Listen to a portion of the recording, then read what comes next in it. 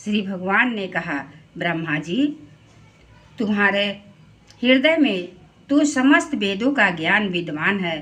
तुमने सृष्टि रचना की इच्छा से चिरकाल तक तपस्या करके मुझे भली भांति संतुष्ट कर दिया है। मन में कपट रहकर योग साधन करने वाले मुझे कभी प्रसन्न नहीं कर सकते। तुम्हारा कल्याण हो, तुम्हारी भी अभिलाषा जो भी वह वर मुझसे मांगो, क्योंकि मैं मुँह मांगी वस्तु देने में समर्थ हूँ। ब्रह्मा जी, जीव के समस्त कल्याणकारी साधनों विश्राम पर्यवसान मेरे दर्शन में ही है। तुमने मुझे देखे बिना ही उस सूने जल में मेरी वाणी सुनकर इतनी घोर तपस्या की है। इसी से मेरी इच्छा से तुम्हें मेरे लोक का दर्शन किया हुआ है। तुम उस समय सृष्टि रचना का कर्म करने में किंग कर्तव्य विमूढ़ हो रहे थे। इसी से मैंने तुम्हें तपस्या करने की आज्ञा दी थी, क्योंकि निष्पाप तपस्या मेरा हृदय है और मैं स्वयं तपस्या का आत्मा हूँ। मैं तपस्या से ही इस संसार की सृष्टि करता हूँ, तपस्या से ही इसका धारण पोषण करता हूँ और फिर तपस्या से ही इसे अपने में लीन कर लेता हूँ। तपस्या मेरी एक दुर्लभ शक्ति है। ब्रह्मा जी ने कहा, भगवान, आप समस्त प्राणियों के अंतःकरण में साक्षी रूप से विद्वान रहते हैं। आप अपने अप्रतिहत ज्ञान से यह जानते हैं कि मैं क्या करना चाहता हूँ। नाथ, आप कृपा करके मुझे याचक की यह मांग पूरी कीजिए कि मैं रूप रहित आपके सगुण और निर्गुण दोनों ही रूपों को जान सकूं। आप माया के स्वामी हैं। आपका संकल्प कभी व्यर्थ नहीं होता। जैसे मकड़ी अपने मुंह से जाला निकालकर उसमें क्रीड़ा करती है और फिर उसे अपने में लीन कर लेती है, वैसे ही आप अपनी माया का आश्रय लेकर इस विविध शक्ति संपन्न जगत की उत्पत्ति, पालन और संहार करने के लिए अपने आप को ही अपने रूपों में बना देते हैं और क्रीड़ा करते हैं। इस प्रकार आप कैसे करते हैं? इस मर्म को मैं जान सकूं, ऐसा ज्ञान आप मुझे दीजिए। आप मुझ पर ऐसी कृपा कीजिए कि मैं सजग रहकर सावधानी से आपकी आज्ञा का पालन कर सकूं और सृष्टि की रचना करते समय भी कर्तापन आदि के अभिमान से बंध न जाऊं। प्रभु, आपने एक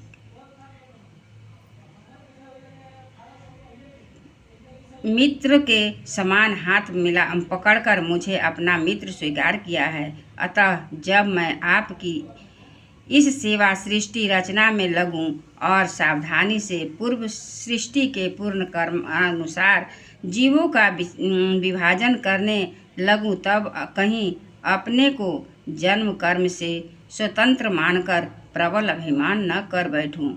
श्री भगवान ने कहा, अनुभव, प्रेम, भक्ति और साधना से युक्त अत्यंत गोपनीय अपने स्वरूप का ज्ञान मैं तुम्हें कहता हूँ। तुम उसे ग्रहण करो। मेरा जितना विस्तार है, मेरा जो लक्षण है, मेरे जितने और जैसे रूप, गुण और लीलाएं हैं, मेरी कृपा से तुम उनका तत्व ठीक ठीक वैसा ही अनुभव करो। सृष्टि के रूप में केवल मैं था। मेरे अतिरिक्त न स्थूल था, न सूक्ष्म था और न दोनों का कारण अज्ञान। जहाँ यह सृष्टि नहीं है, वहाँ मैं हूँ और इस सृष्टि के रूप में जो कुछ प्रतीत हो रहा है, वह भी मैं ही हूँ। आप जो कुछ बच रहेगा, वह भी मैं ही हूँ। वास्तव में मैं न होने पर भी जो कुछ अवर्जनीय वस्तु मेरे अतिरिक्त मुझ परमात्मा में दो चंद्रमाओं की तरह मिथ्या ही प्रतीत हो रही है, अथवा विद्वान होने पर भी आकाश मंडल के नक्षत्रों में राहु की भांति जो मेरी प्रतीत नहीं होती, इसे मेरी माया समझना चाहिए। जैसे प्राणियों के पंचभूत रहित छोटे बड़े शरीर में आकाश आदि पंच महाभूत उन शरीर के कार्य रूप में निर्मित होने के कारण प्रवेश करते भी हैं और पहले से ही उन स्थानों और रूपों में कारण रूप से विद्वान रहने के कारण प्रवेश नहीं भी करते।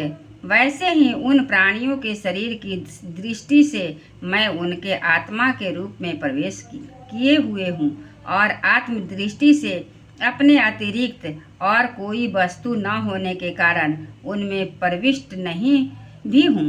यह ब्रह्म नहीं इस प्रकार निषेध की पद्धति से और यह ब्रह्म है इस अन्वय की पद्धति से यही सिद्ध होता है कि सर्वातीत एवं सर्वस्वरूप भगवान ही सर्वदा और सर्वत्र स्थित है। वही वास्तविक तत्व है। जो आत्मा अथवा परमात्मा का तत्व जानना चाहते हैं उन्हें केवल इतना ही जानने की आवश्यकता है। ब्रह्मा जी, तुम अविचल समाधि के द्वारा मेरे इस सिद्धांत में पूर्ण निष्ठा कर लो। इससे तुम्हें कल्प कल्प में विविध प्रकार की सृष्टि रचना करते रहने पर भी कभी मोह नहीं होगा। श्री सुखदेव जी कहते हैं, लोग पितामह ब्रह्मा जी को इस प्रकार उपदेश देकर अजन्मा भगवान ने उनके देखते ही देखते अपने इस रूप को छिपा लिया। जब सर्वभूत स्वरूप ब्रह्मा जी ने देखा कि भगवान ने अपने इंद्रिय गोचर स्वरूप को हमारे नेत्रों के सामने से हटा लिया, तब उन्होंने अंजलि बांधकर उन्हें प्रणाम किया और पहले कल्प में जैसी सृष्टि थी उसी रूप में इस विश्व की रचना की। एक बार धर्मपति प्रजापति ब्रह्मा जी ने सारी जनता का कल्याण हो अपने इस स्वार्थ की मूर्ति के लिए विधि पूर्वक यम नियमों का धारण किया।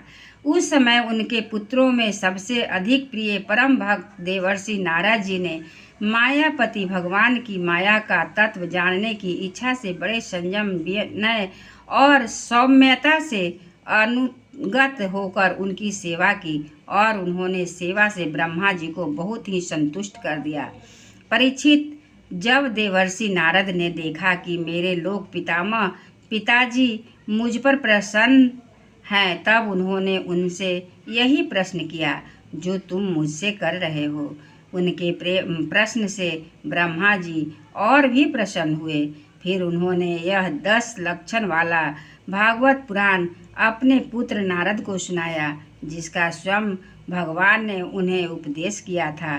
परीक्षित, जिस समय मेरे परम तेजस्वी पिता सरस्वती के तट पर बैठकर परमात्मा के ध्यान में मग्न थे, उस समय देवर्षि नारद ने वही भागवत उन्हें सुनाया।